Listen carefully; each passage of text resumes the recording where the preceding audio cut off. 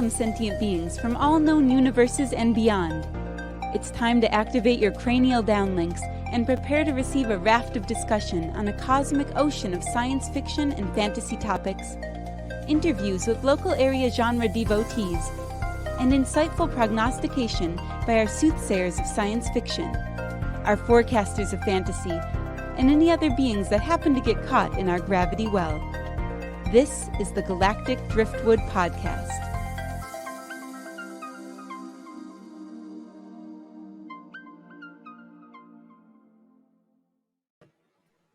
Hello, welcome to the Galactic Driftwood Podcast.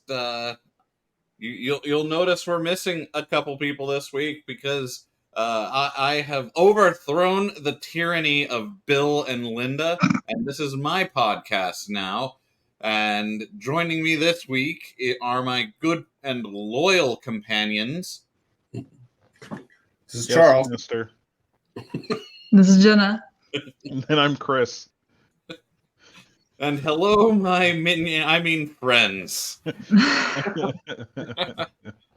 Do not worry, power will not change me. Duh. Anyway, The power does change some people. Some people, but not me, famously. Mm-hmm. Very humble. Anyway, this week we're going to be talking about a kerfuffle in the game developer community, or maybe a bit more than that, as this majorly affects some of them. But we're going to be talking about the Unity scandal. So, Can we call it a scandal yet? Yeah. I mean, is there a word that more conveys uncontrollable wildfire on a shit heap? Someone term kerfuffle, but I still don't know if that is correct. Kerfuffle. I don't know. Yeah, I don't know. Scandals. What's making out to potentially become a scandal? Yes. I guess when we talk about what the CEO did and some other things, maybe it is a scandal. Mm-hmm. But we should talk about it. Yeah. So a little background for viewers. An engine is what a game developer will often use to help render their game. It's kind of they'll develop against an engine to make a game. So when you load up a game and it says like Unity at the beginning, that's the engine the game runs on. And a lot of indie developers in particular use Unity. So with that background, Chris, do you want to describe what's going on, or do you want me to? I've talked a lot so far. Yeah, no. So what's going on with Unity in a nutshell is they want to make some changes to how they license their engine to an extent that could be and maybe detrimental to a lot of indie developers out there by charging basically per I believe it's install. Yes. I forget the exact fee. The fee may sound nominal. However, when you start to rack up how many installs can happen in a game, you start to see this isn't a small deal by any means. And the ones that generally end up paying those fees are the developers, unless they choose to start maybe passing that down to the actual you and I, right? The players of the game. That the cost has got to be paid by somewhere. In contrast, there are other game engines out there like Unreal game engine, and I believe they've always kind of done it in terms of royalty, a small percentage based off of how their engine is used. We can get into those details. I'll have to pull up their structure. I had a nice chart on it earlier, but basically Unity is looking to make that change, and some shady stuff has happened, and they probably didn't think it through, which we know they really didn't think it through. Maybe they don't care, and we'll talk about that too.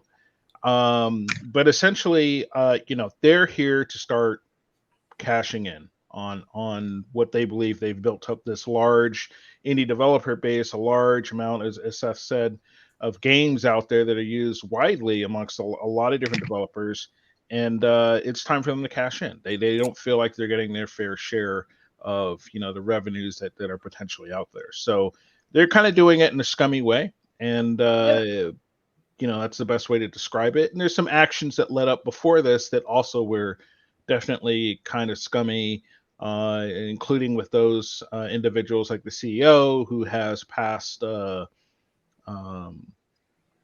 actions at other game companies. So, yeah. I think it'd be good to give a little bit of history on that leadership, but to just kind of elaborate too on who this impacts. Supposedly, this is not going to impact nonprofits, charities, or gambling, like not nonprofits, education, and gambling games. Which to Why me, not gambling? Because gambling's like there's so much revenue to be had there. I know. Gamblers, they're throwing their money away anyways. Yeah, but it's taxed. Well, so a lot of gambling games are free to play, and so the fee is 20 cents per install, I think. And so most free to play games rely on a few big spenders to make their money, because most people will download the game, install it, and then delete it almost immediately.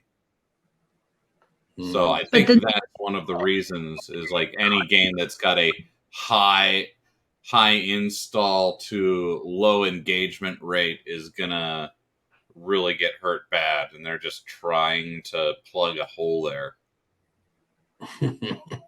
Anyway, go on, Jenna. Sorry. That's just what I say. Like, there's a specific group that's getting hit with this, and it's really interesting about who they chose to lay down on.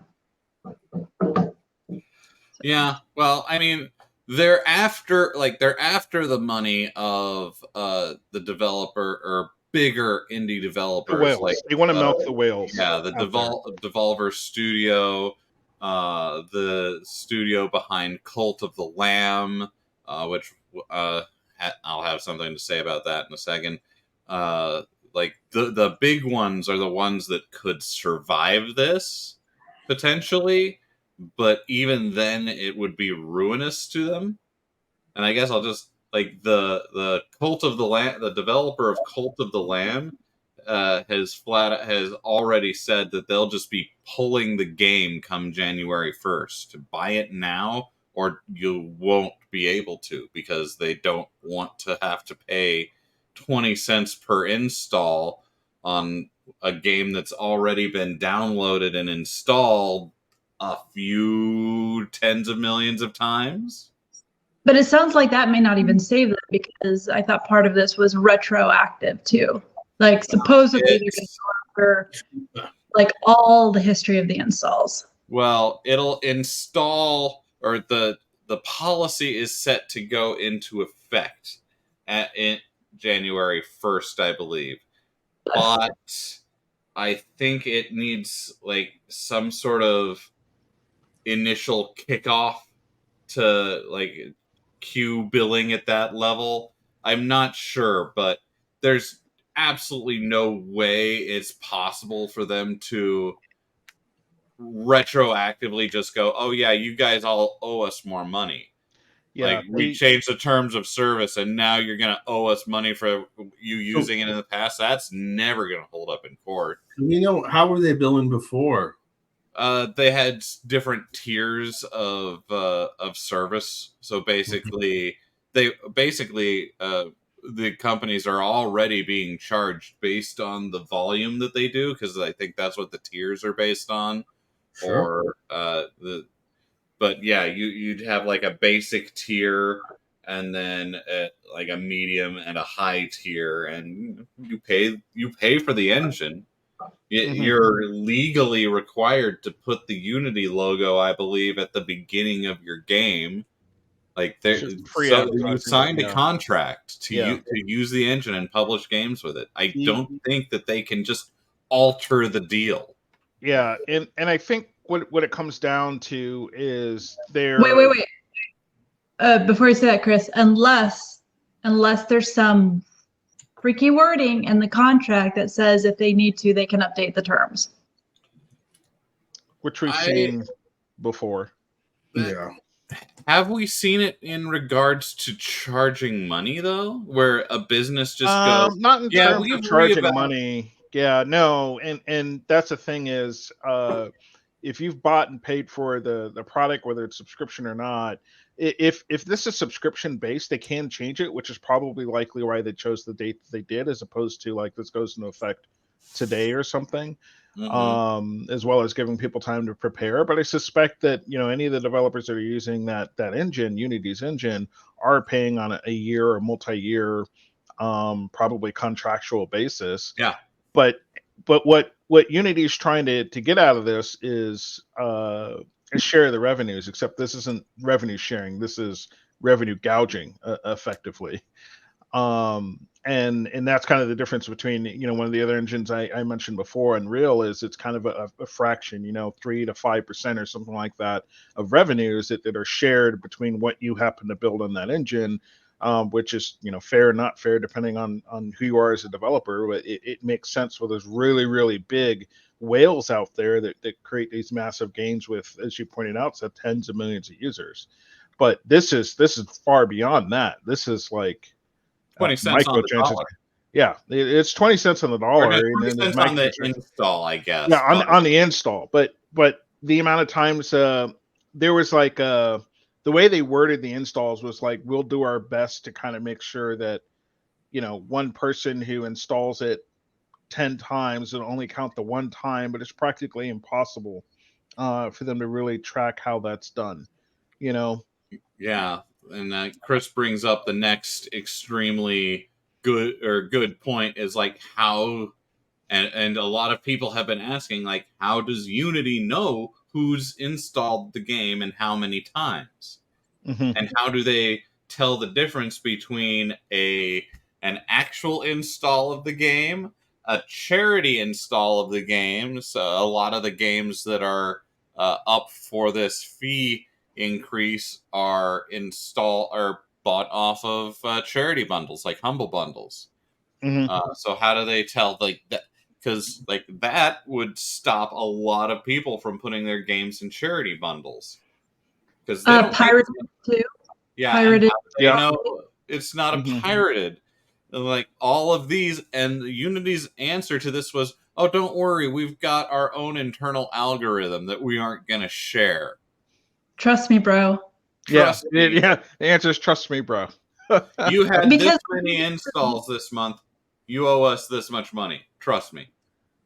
Yeah, because like one of the things is, let's say there's a group of people or you know, an individual who wants to fuck over a developer. They could mass install the game, like pirated copies, if those copies could be charged, and now all of a sudden getting hit with a crippling bill. Yep.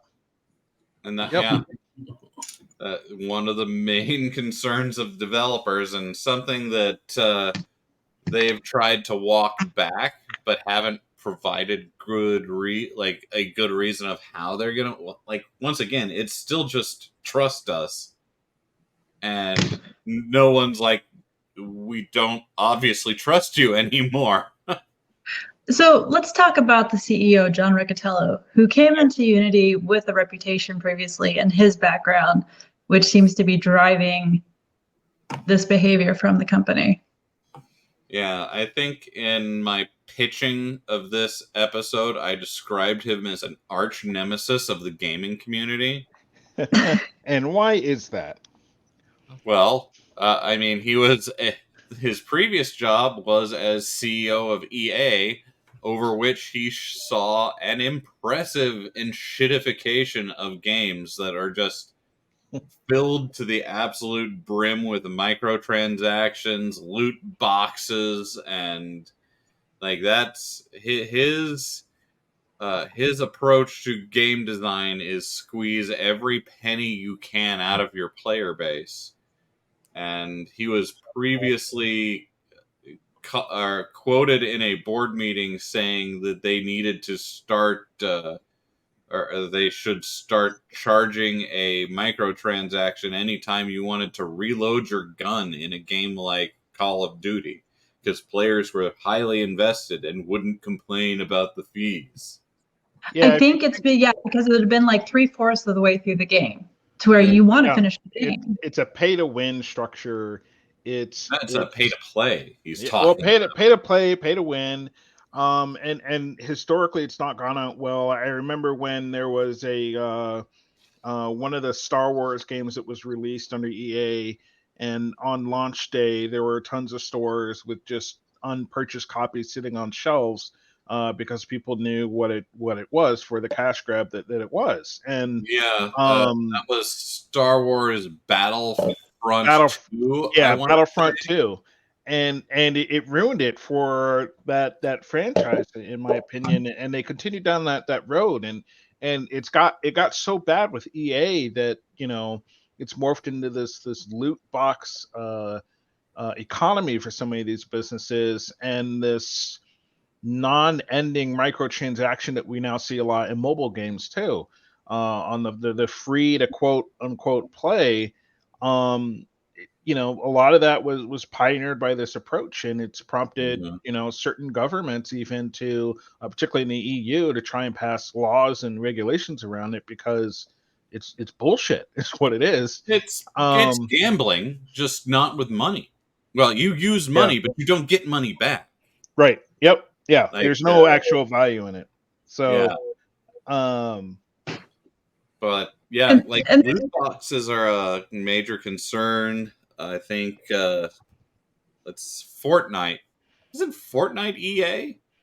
I think that one might be.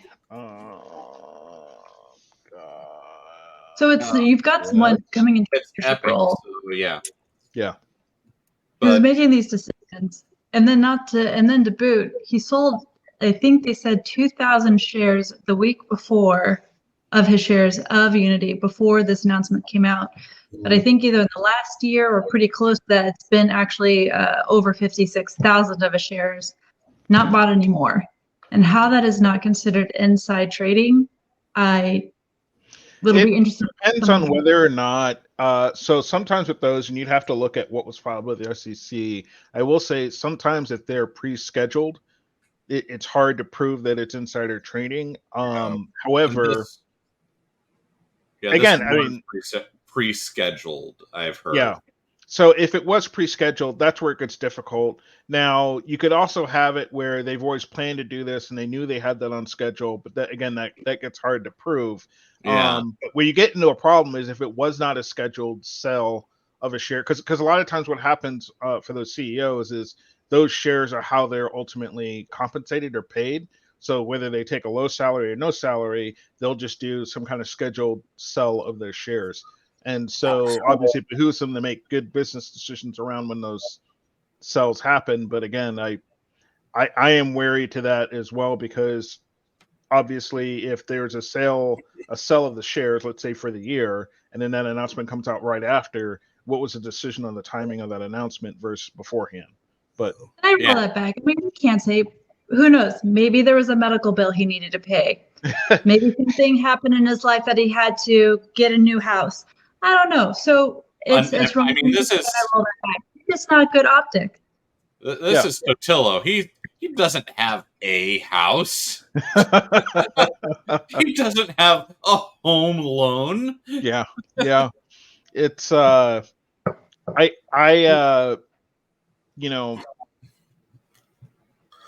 I want to just. Well, I hope. This is one of those things. Hopefully there's a special hell for the people that develop the loot box, because dealing with children. But when I played video games as a kid, this was not something I had to deal with. Yeah, emotionally. I have had to deal with this as an adult. I don't play too many video games. I play a little, but the kids. Oh my God, when to get a new suit and they don't understand the value of money. Mm-hmm. And they're like, can I just borrow? Can I just have $6 for this or whatever it is? And it's a constant no. Yeah, because like I play a couple gacha games myself, and like their internal price structure is for a lot of these is so a full draw for most games is like 10 draws of whatever you're playing for, and most of these games price a draw like a full draw like that around $10, and I'm just like, no, man. That's not like, even if I got a rare drop off that, it's not worth $10. Like that's not $10 of a thing. Well, and especially if it's advertised, if it's a children-ish, and there's some stuff. The VR is really bad right now with some of their children's games that have, to me, have this stuff in it. Yeah, it's not character building. Right. I mean, if you get it, to me, it's effectively you're cheating, which is maybe fine as an adult, but not. It's not a great lesson for kids. I don't know. It's something to me, because we talk about this gambling, but you don't get anything back. I mean, I've already where kids have cleared their parents' savings account, not understanding the value of money, to pay for in-game purchases. Yeah. Like, there's nothing they can do. Like, this is not only happening here in the US, but in China too, which is really interesting. They also don't have their reality. They don't. I know one of the problems I have is the youngest one especially doesn't understand that he's not going to be interested in that game in 2 weeks. Yeah. Right? And I mean, there's no way to understand this. Well, it's gambling. Like, it's the same thing as like sitting in front of one of the coin machines, pulling the lever, just like it. Yeah, it is now. Just you push the button and it goes. You win or you lose, and that's like the addictive part. Is like you win, but then you lose, and you're like, I'll keep going. And for these games, like playing the gamble is just pushing a button, and then you win, ding, you win, ding. But just insert some more money to keep going, ding, and you win. I think the thing is, these kids are winning like cred on Twitch for having these loot boxes or this new armor or this certain gun. Mm-hmm. Yeah, and I think not about, because there are benefits. I've been trying to pay, not to be an anti-gamer because I'm not. There's really some huge benefits for the kids with playing social games, right? Mm-hmm. They talk to their friends, up to bedtime. Even they can, there's a lot of, to me, there's a lot of benefits. But then they throw this crap in there at the same time, and it makes you want to just say never again. Yeah. There are some, like, you can tell that there's a real difference between some game companies because like, while Nintendo does microtransactions on their mobile free-to-play releases, they won't let that stuff touch their mainline games. Like, no, they won't. But it's there. It's a minor source of revenue for them. I think where I tend to draw the line is when I think back to, not even back, even currently with MMOs like World of Warcraft. There are items you can purchase with real money in the game for people that are collectors and stuff like that. Special pets, mounts, things of that nature. And I see the same thing with Square Enix and their Final Fantasy online, or something special during a holiday or whatever. And I hate to use the word tangible, but it's not, you're not gambling for something there, right? Yeah. It's a special item that they'll give up for sale during special times of the year, but it's not this mystery box where it is the true gamble.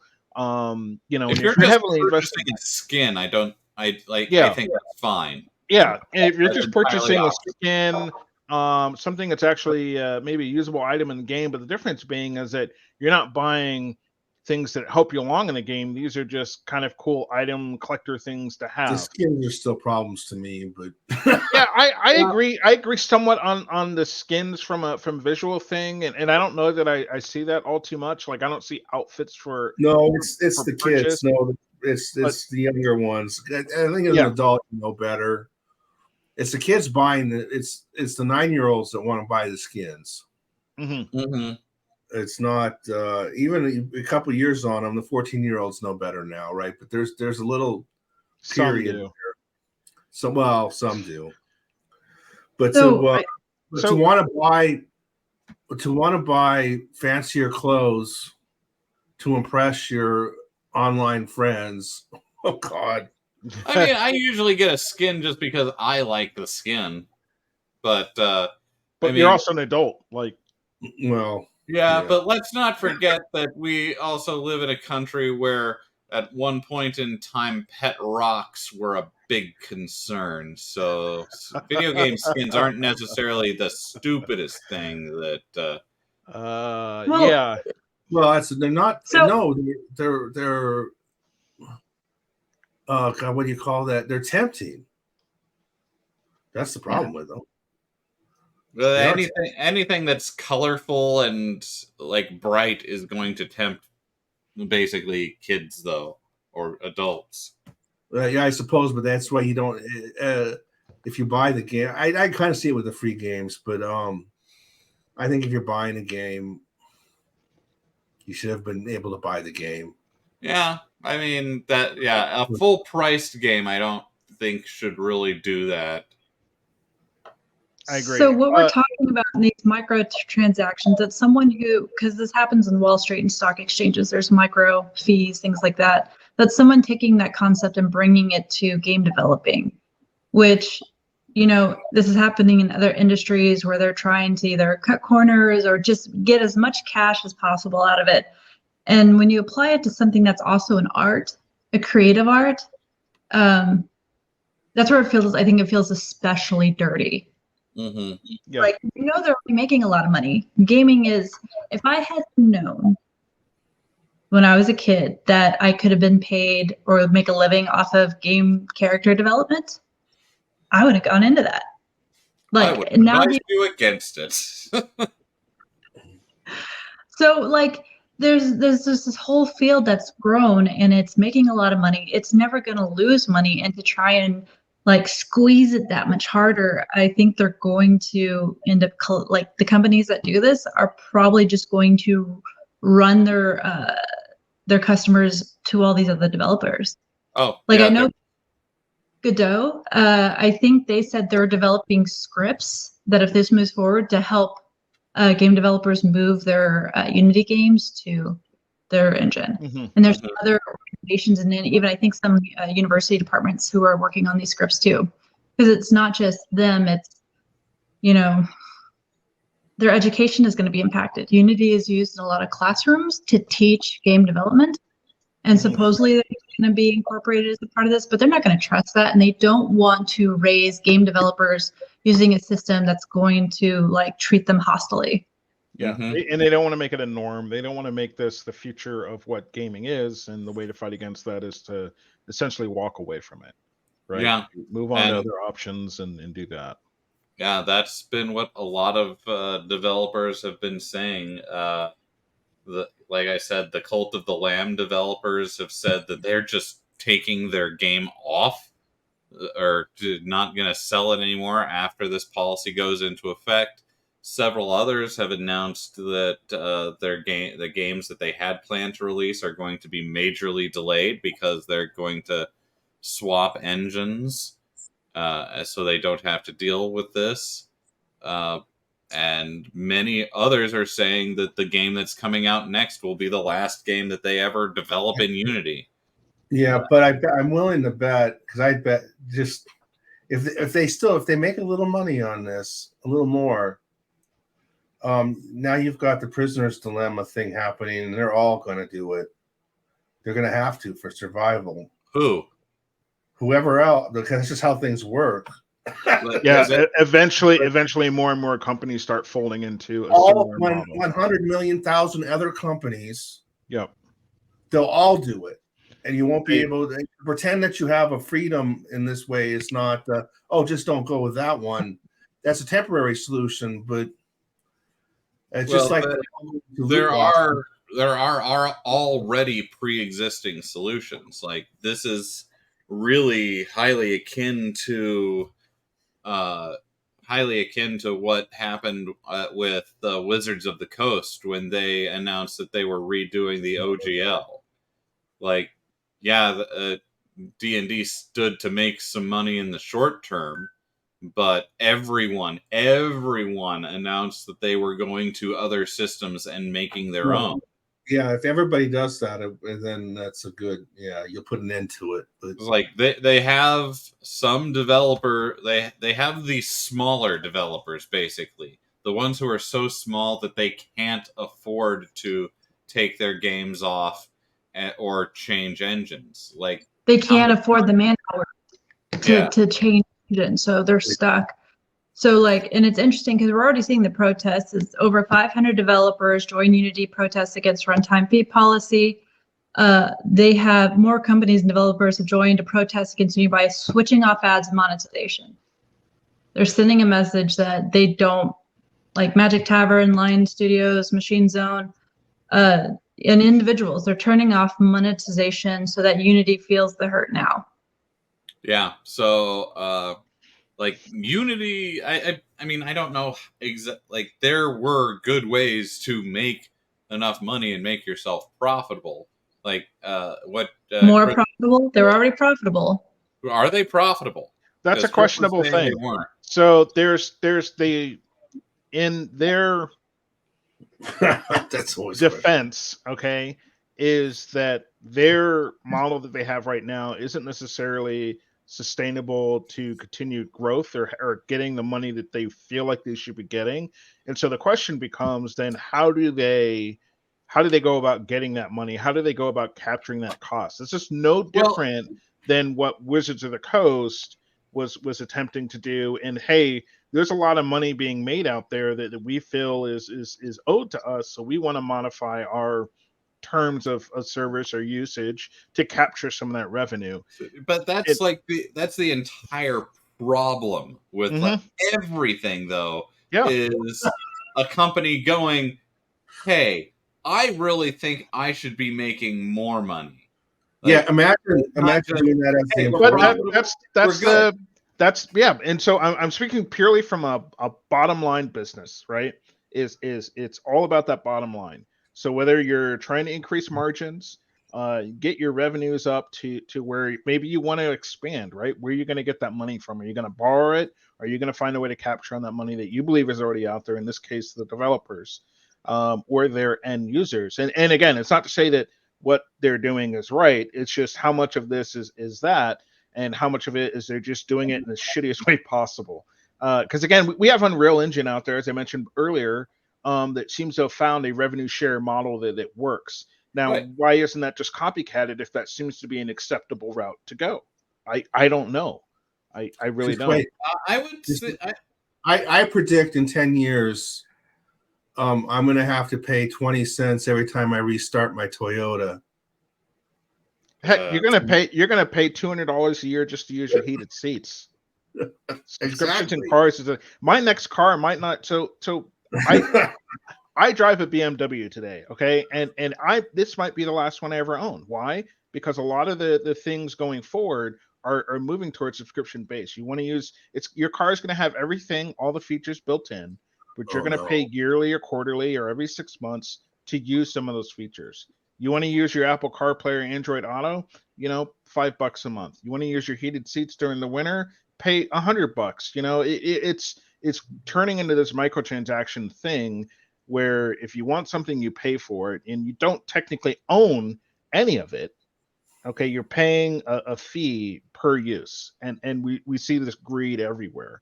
But you see it. I mean, that exactly to your point, Charles. $10 to do something with your Toyota, and it's disgusting. But I see it already. I already see it. I encountered that when I was getting my car, and like to your point, Chris, like I feel like there's a definite usage for the subscription model. Mm-hmm. And like, I don't mind paying subscriptions for things like I pay like $30 a year for Ulysses, which is a writing program. But that's because they're continually developing it and continually releasing updates for it. In the case of my fucking air conditioner, though, like, Subaru doesn't need to do anything for me to run my air conditioner. They don't need to update it every couple months. It started a long time ago with like navigation, right? Yeah. If you wanted to use the navigation in your car, you had to pay for that quote unquote subscription, and then you may or may not, depending on the car vendor, get updates to your freaking map. And it's like, why am I paying for something that is out of date? Or you have to pay like between $300 and $500 for the updated map. Yes. And then you gotta go pay for an updated map. I'm like, I could go down to the store and buy a physical map for dollars and usually have it more or less up to date. But it's like you can pay half that and go get yourself a Garmin. It's like, well, and then Garmin has its own map update things you got to pay for it too. So yeah, apparently. Or you can just use your phone now, which is why you don't see it. Which is why they switched to, and in some cars, if you want to have that functionality, you pay extra. Which is bullshit. It is. As we all agree. So to Charles's point, though, it's something I see. I agree with Charles. Like in 10 years, we can keep walking away and going to other engines in this case to find ways to navigate out of this. But the corporate greed is there. The larger those companies become, those engine businesses for those developers, it's going to come down to, hey, we're only making, let's say, $500 million a year. How do we get to $1 billion? It's got to come from somewhere. I think that's why people are like blasting so unanimously and fiercely now. I mean, just with this one backlash on this past Monday, it said that Unity executives and Ford employees have planned revisions to the proposed plan. According to Bloomberg, these changes include a maximum fee cap of 4% of a game's revenue over $1 million, a non-retroactive installation threshold, because see, they were going to do retroactive, and for users to self-report install numbers. Self-report. Okay, so I would be so malicious here, right? I'd spend a weekend developing these scripts or whatever, and if I found a developer I didn't like, I would just absolutely start wrecking them through all these scripted spin up, spin downs of these machines to do these fake installations and just let it run amok. And you know what? With how clever you can get between VPNs and cloud services or whatever, I can make it look unique for every install. This is a weekend's work, you know. So this is just, it's garbage. As we mentioned earlier, it's practically not possible they can track that. Or if they now I'm just mad. I'm just mad. I've made Chris mad. That's not good. It gets me. I've been mad for. I'll tell you what. I've been mad for 20 something years. I bought AutoCAD on my own just right out of college. Oh my God, CAD. Well, and it was useful at the time, but but then when I was one of the Windows updates, right, and all of a sudden my AutoCAD doesn't work anymore, and now instead of being $500 or whatever it was I paid, because it wasn't that much. I mean, it was $2,000 or something, but now it's $20,000, or it's $2,000 a month, or it's it's Microsoft. Same thing. You purchase Microsoft, it's yours. Now you can only get subscription based. Yeah, and that's again to that point down in the bottom line. How do you increase revenues? And perpetual licensing is not the way to do that. Every major vendor that I work with in the IT space has moved away from perpetual licensing into subscription models. It guarantees their revenues. So as long as they keep building a product that keeps you tied in with them in their ecosystem, they can guarantee that perpetual revenue. So instead of me paying $200,000 for the next 5, 7, 8 years, because let's face it, that's how it used to be, and nobody went to update their licensing or whatever. Now I can say, you're going to pay me $50,000 a year for as long as you use the software. Then you just got to ensure that they keep it in there. But now you're going to end over time, you end up with more revenue, and that's it. That's just at the end of the day. I don't like the model, and what Unity is doing here is obviously a little bit more into the microtransaction greed level and something that's just not practical. But I mean, from a business standpoint, I see what they're trying to do. We don't have to like it, and in 10 years, it may just be part of a norm. I don't know. We'll see. Well, like from a developer's standpoint, I can understand the subscription model because you are now expected, like a lot of programs, you're expected to update them and keep them going for and run servers for them for years and years and years. Mm-hmm. And like a single sale, your profitability is now dropping way down. If you've got if that person's going to be taking up server space for 10 years during the life of your product, you've got to find a way to justify that cost. And so like certain programs where they are expected to be continually developed, I think a subscription is fine. To cover like development costs, because people still got to get paid to put out those updates. And if people don't keep buying the thing, then how are you going to keep your thing updated? How are you going to keep your people paid? But I mean, like, so I mentioned Ulysses earlier. And also there's another called Scrivener, but that's the only thing they sell. I haven't heard of in a long time.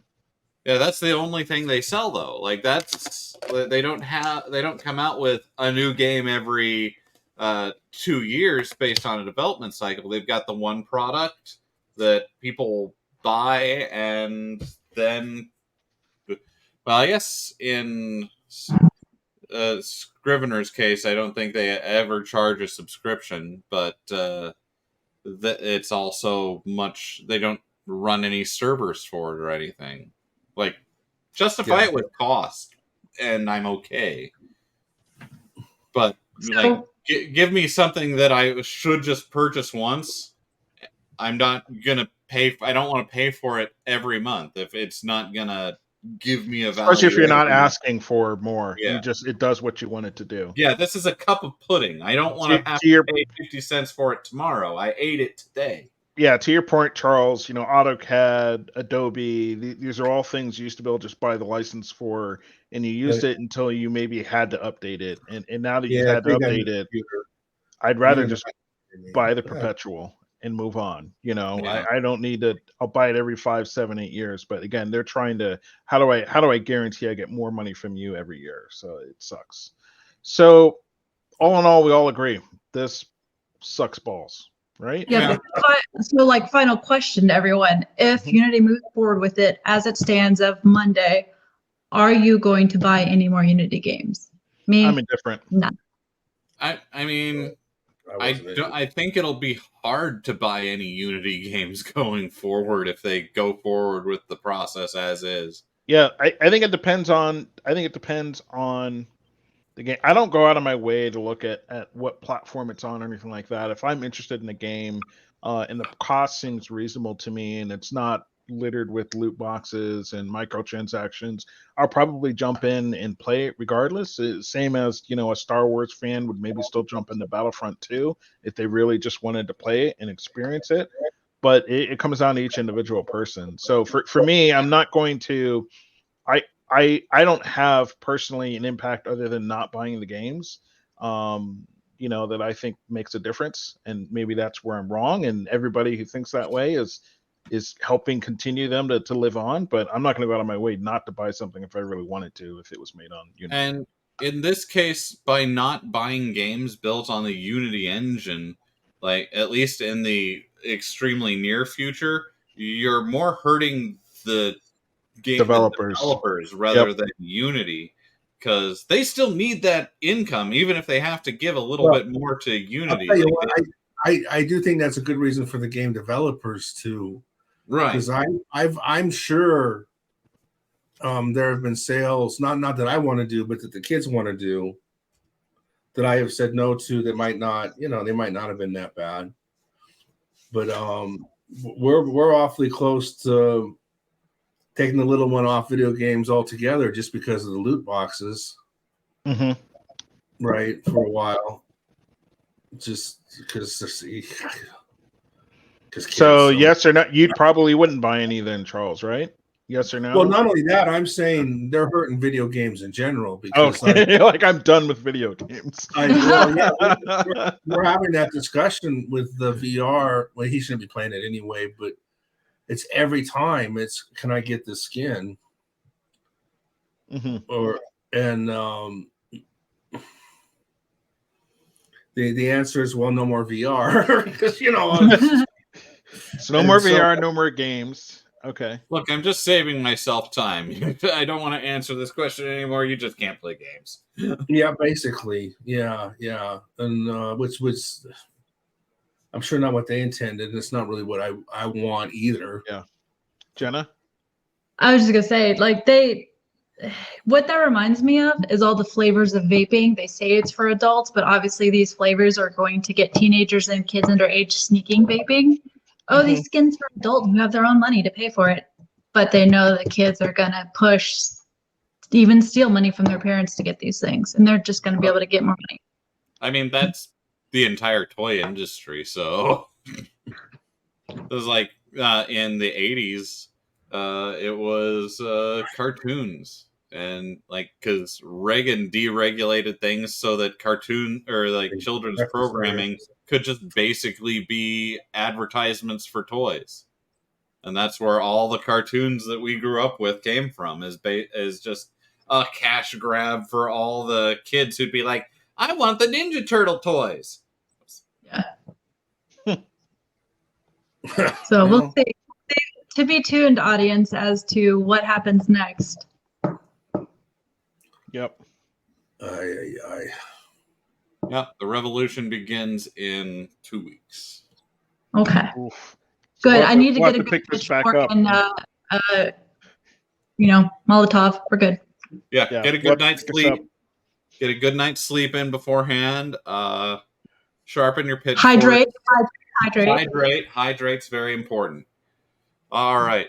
So while we're getting ready to tear down the very structures of capitalism, we will say bye for this week. I forget how we normally end these. Well, yeah. If only That's why we have the outro. Yeah. All right. With a monthly fee. So, ooh, there we go. We can't beat them. Let's join them. I like it. All right. Well, we will be back next time with our pricing structure. Yes. In the meantime, Just kidding. Everyone have a good week. All right. Bye.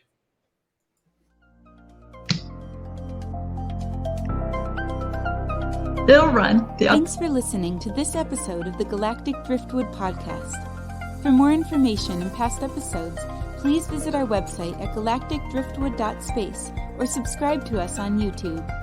And now, please deactivate your cranial downlinks, collect your towels, and be sure to watch your step as you exit our gravity well.